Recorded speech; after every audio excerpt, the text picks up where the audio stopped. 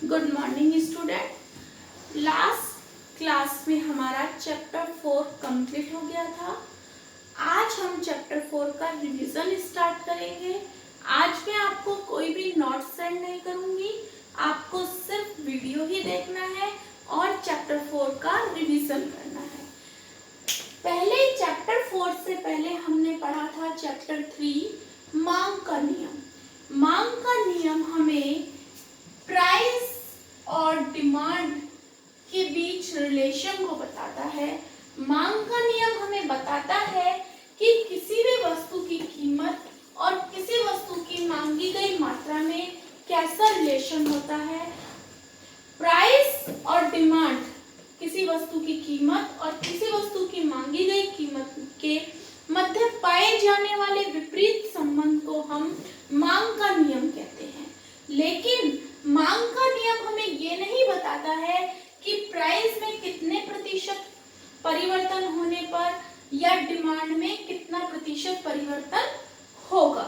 इन दोनों के मध्य वो अपोजिट रिलेशन को शो कर देता है, विपरीत संबंध को तो शो कर देता है, परंतु ये शो नहीं करता है कि प्राइस में कितना परिवर्तन होगा या वस्तु की मांगी गई मात्रा में कितना परिवर्तन होगा।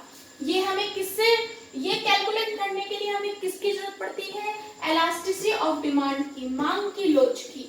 मांग की लोच हमें बताती है कि किसी वस्तु की कीमत में परिवर्तन होने पर मांग की मात्रा में कितना परिवर्तन होगा।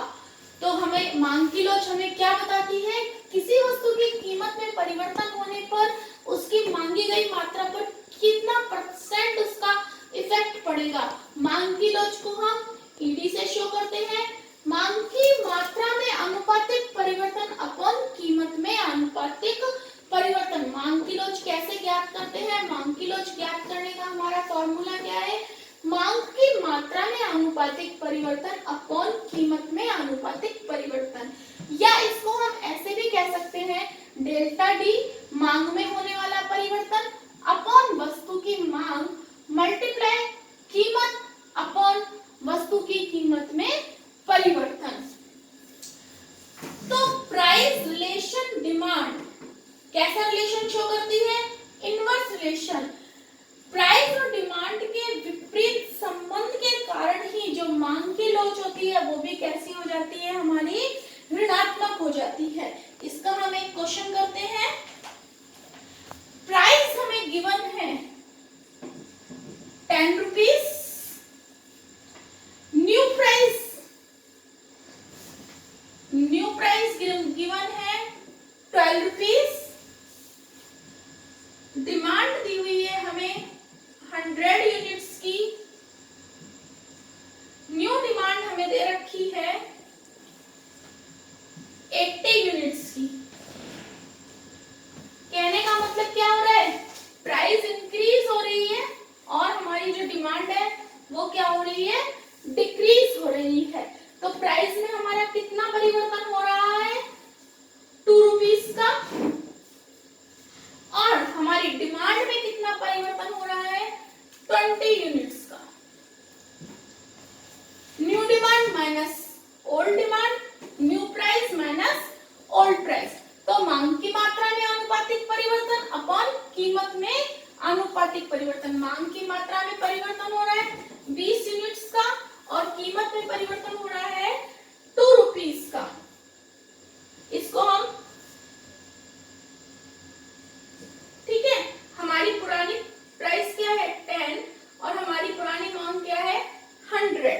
तो हमारी मांग की लोच क्या होगी?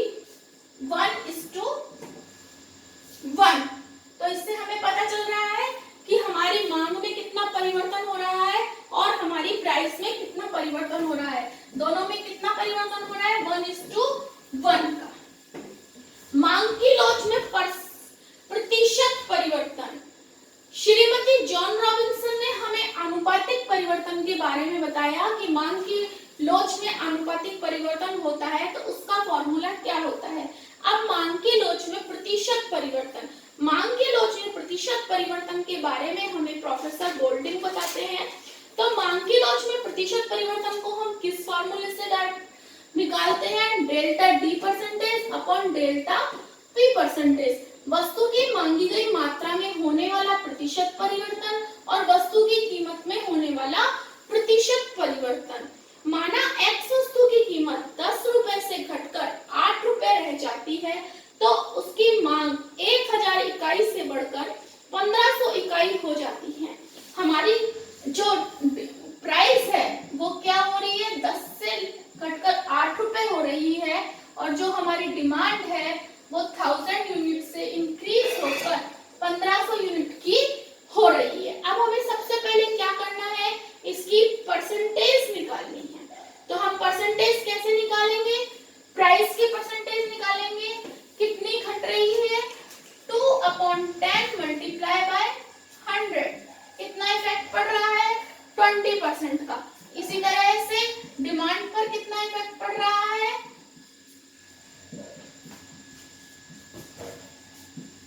50% का। तो अब हम मांग की लोच कैसे निकालेंगे, delta D percentage upon delta P percentage. 50/20 is equals to 2.5%। तो हमारी मांग की लोच क्या हो जाएगी, 2.5%। तो ये हुआ मांग की लोच कैसे निकालते हैं, आनुपातिक आधार पर और प्रतिशत आधार पर। अब नेक्स्ट टॉपिक है हमारा मांग की लोच के प्रकार। हमने पढ़ा है मांग की लोच हमारी कितने प्रकार की होती है, मांग की लोच हमारी 5 प्रकार की होती है। इकाई से अधिक मांग की लोच, इकाई से कम मांग की लोच, इकाई के बराबर मांग की लोच, पूर्णतः लोचदार मांग और पूर्णतः बेलोचदार मांग।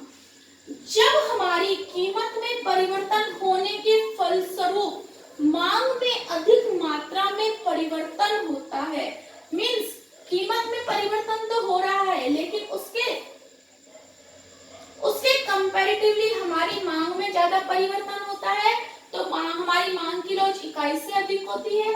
कीमत में परिवर्तन के फलस्वरूप वस्तु की मांगी गई मात्रा में कम परिवर्तन होता है, मींस कीमत में ज्यादा परिवर्तन होता है और मांग में हमारे कम परिवर्तन होता है तो हमारी मांग की लोच इकाई से कम। कीमत में और मांग में दोनों में समान रूप से परिवर्तन होता है तो हमारी मांग की लोच इकाई के बराबर होती है। और कीमत में परिवर्तन होता, मांग में परिवर्तन होता है किंतु हमारी वस्तु की कीमत में कोई भी परिवर्तन नहीं रहता, हमारी कीमत स्थिर रहती है तो वस्तु की मांग की लोच पूर्णतः लोचदार होती है, मींस ईडी इंफिनिटिव 1। पूर्णतः बेलोचदार मांग, कीमत में परिवर्तन हो रहा है लेकिन मांगी गई मात्रा में कोई परिवर्तन नहीं हो रहा है तो हमारी मांग की लोच पूर्णतः लोचदार होती है, ईडी इक्वल्स टू 0 होती है। आज के लिए इतना ही, आगे का रिवीजन हम कल करेंगे।